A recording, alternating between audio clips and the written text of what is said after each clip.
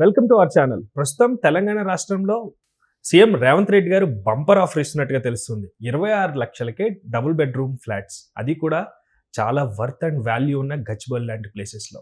అయితే ఆ అంశం పైన మనతో మాట్లాడడానికి సోషల్ యాక్టివిస్ట్ కృష్ణకుమారి గారు ఉన్నారు. మేడంతో మాట్లాడదాం. నమస్తే అండి. సో గచ్చిబౌలిలో రేవంత్ రెడ్డి గారు 26 లక్షలకే బంపర్ ఆఫర్ డబుల్ బెడ్రూమ్ ఇల్లు, అది కూడా చాలా వాల్యుబుల్, అక్కడ బాగా డెవలప్ అవుతున్న ఏరియాలో ఒకటి ప్రధానంగా చూస్తే. సో ఏంటండి అది, అందరికీ గుడ్ న్యూస్ అయినా లేకపోతే కొంతమందికైనా, లేకపోతే ఇది రాజకీయ భాగంగా ఒక అస్త్రమా, ఎలా చూడాలి? అలా కాదు, మామూలుగా ప్రభుత్వ స్థలాల్లో హౌసింగ్ బోర్డును రియల్ ఎస్టేట్ వాళ్ళు కలిసి నిర్మించిన సంయుక్తంగా కలిసి జాయింట్ వెంచర్ లాగా చేసిన వెంచర్లలో హౌసింగ్ బోర్డుకు వచ్చిన, హౌసింగ్ బోర్డు అంటే నథింగ్ బట్ గవర్నమెంట్, హౌసింగ్ బోర్డుకు వచ్చిన వాటా ఫ్లాట్లు 111 ఫ్లాట్లు ఉన్నాయి ఈ గచ్చిబౌలి సరౌండింగ్స్లో. ఆ ఫ్లాట్లు అమ్మకానికి పెట్టారు. వాటికి ఏంటంటే కనీస ధర 26 లక్షలు, గరిష్ట ధర 36 లక్షలు, అంటే మినిమం ప్రైస్ 26 లక్షలు, స్క్వేర్ ఫీటు 6,000 పెట్టారు. 420 SFT మినిమము అయి ఉండొచ్చు, అలాగే 600 SFT మ్యాక్సిమం ఫ్లాట్లు కావాలి. వాళ్ళ అవసరాన్ని బట్టి సెలెక్ట్ చేస్తారు, అంటే వాళ్ళ దగ్గర ఉన్న డబ్బును బట్టి 6,000 రూపాయలు కనీస ధరగా పెట్టారు.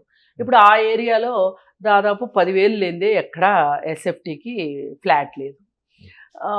ఈ పరిస్థితుల్లో మరి ఉన్నది 111, ప్రజలేమో బోల్డ్ మంది ఉన్నారు, అంటే దరఖాస్తుదారులు కావచ్చు, ఆకాంక్ష అంటే నిజం చేసుకోవాలనుకునే వాళ్ళు చాలా మంది ఉన్నారు. అందుకని ఏం చేశారంటే దీన్ని ఫస్ట్ కమ్ ఫస్ట్ సర్వ్, అంటే నష్టం జరుగుతుందని చెప్పి డ్రా సిస్టమ్ పెట్టారు.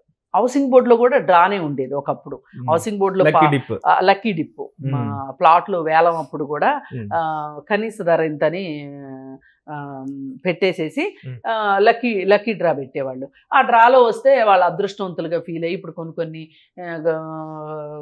స్కూళ్ళలో, కార్పొరేట్ స్కూళ్ళల్లో కూడా డ్రా సిస్టమే ఉంటుంది, ఏది సీట్ సంపాదించుకోవడానికి. సరే, ఏది ఏమైనప్పటికీ ఆ విధానం వాళ్ళు ఫాలో అవుతున్నారు.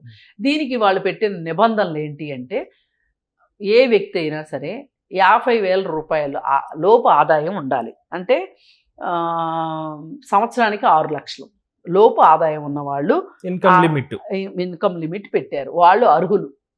అలాగే రెండోది ఏంటి అంటే, ఎవరైనా సరే మీ ప్రాంతాల్లో ఉన్న మీ సేవా సెంటర్స్కి వెళ్ళి 1,00,000 రూపాయలు డీడీ తీసుకుంటే రిజిస్ట్రేషన్ అంటారా, అది ప్రారంభ టోకెన్, అంటే టోకెన్ అమౌంట్ లాగా 1,00,000 రూపాయలు పెట్టారు.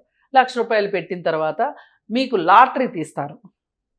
6వ తారీఖు లాటరీ తీస్తారు, జనవరి 6వ తారీఖున.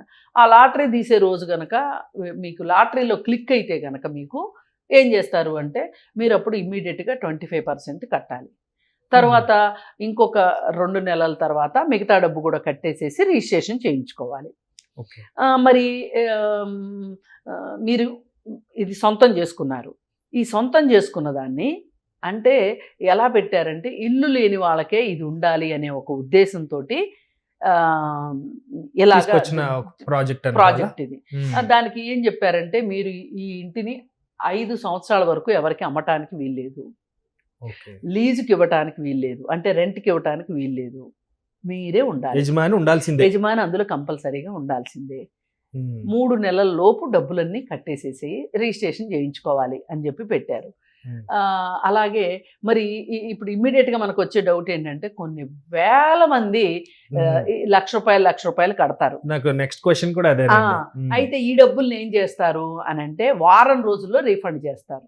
ఇప్పుడు లాటరీలో నేను 1,00,000 రూపాయలు కట్టాను, నాకు లాటరీలో క్లిక్ కాలేదనుకోండి, మీకు క్లిక్ కాలేదనుకోండి, అదృష్టం లేదు, అదృష్టమో ఏదన్నా కానివ్వండి, అది మనకి రాలేదు అన్నప్పుడు ఏం చేస్తారంటే వారం రోజుల్లో మనకి రీఫండ్ ఇచ్చేస్తారు. రీఫండ్ ఇచ్చేస్తారు. నిజానికి ఇది మంచి స్కీమే. ఎవరైనా కమింగ్ టు ది పాయింట్, ఇంకోటి వైట్ కార్డ్స్, పింక్ కార్డ్స్ ఇవేమన్నా ఉన్నాయి? అవేమి పెట్టలేదు, ఓన్లీ ఇన్కమ్, అంతే, ఓన్లీ ఇన్కమే పెట్టారు. ఇప్పుడు ఆదాయ ధృవీకరణ పత్రాలు చూపించుకోవాల్సి ఉంటుంది. ముందైతే డీడీ కట్టుకోవాలి. డీడీ కట్టేటప్పుడే ఆదాయ ధృవీకరణ పెట్టారా లేదా అనేది ఆ క్లారిటీ లేదు దానిలో, ఇన్ఫర్మేషన్లో. ఏదైనా కానీ ఇప్పుడు మీరు తర్వాత మీరు కట్టాల్సిన డబ్బులు ఎప్పుడైనా సరే మీ ఆదాయ ధృవీకరణ చూపించాలి. చూపించి మీరు నిజమే ఇతనికి 6 లక్షల లోపు ఆదాయం ఉంది వెరిఫికేషన్ లో క్లియర్ ఉండాలి. క్లియర్ ఉండాలి, దానిలో మీరు ఉండాలి ఖచ్చితంగా. ఇది ఒక రకంగా మంచి రూలే పెట్టారు. ఏది ఏమైనా సొంత ఇంటి కలను నిజం చేసే విషయంలో ఇప్పుడు వీళ్ళ దగ్గర ఫ్లాట్లు కూడా రెడీగా ఉన్నాయి కాబట్టి, ప్రభుత్వానికి కూడా ఆదాయం కావాలి కాబట్టి, జనాలు కూడా సొంత ఇంటి కలను నిజం చేసుకోవాలనుకుంటున్నారు కాబట్టి ఈ ఏరియాలో ఇది చాలా మంచి ఆఫరు, ఎవరైనా సరే ఉపయోగించుకోవచ్చు.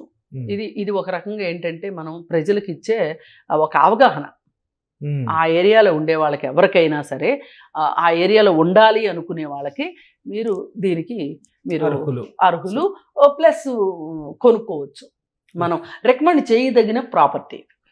ఎందుకంటే చాలా డెవలప్ అవుతున్న ప్లేసెస్ లో టాప్ లో ఉంటది. కంపెనీస్ అన్ని అక్కడే ఉన్నాయి. అండ్ అక్కడ చిన్న చిన్న ఉద్యోగాలు చేసుకునే వాళ్ళు ఉంటారండి, భార్యాభర్త ఇద్దరు చిన్న చిన్న ఉద్యోగాలు చేసుకుంటున్నారు అనుకోండి. ఇప్పుడు ఇంటి అద్దె కోసం 15,000 అట్లా పెట్టాల్సి వస్తుంది. వీళ్ళకి సొంత ఇల్లు అనేది ఒకటి ఉంటుంది.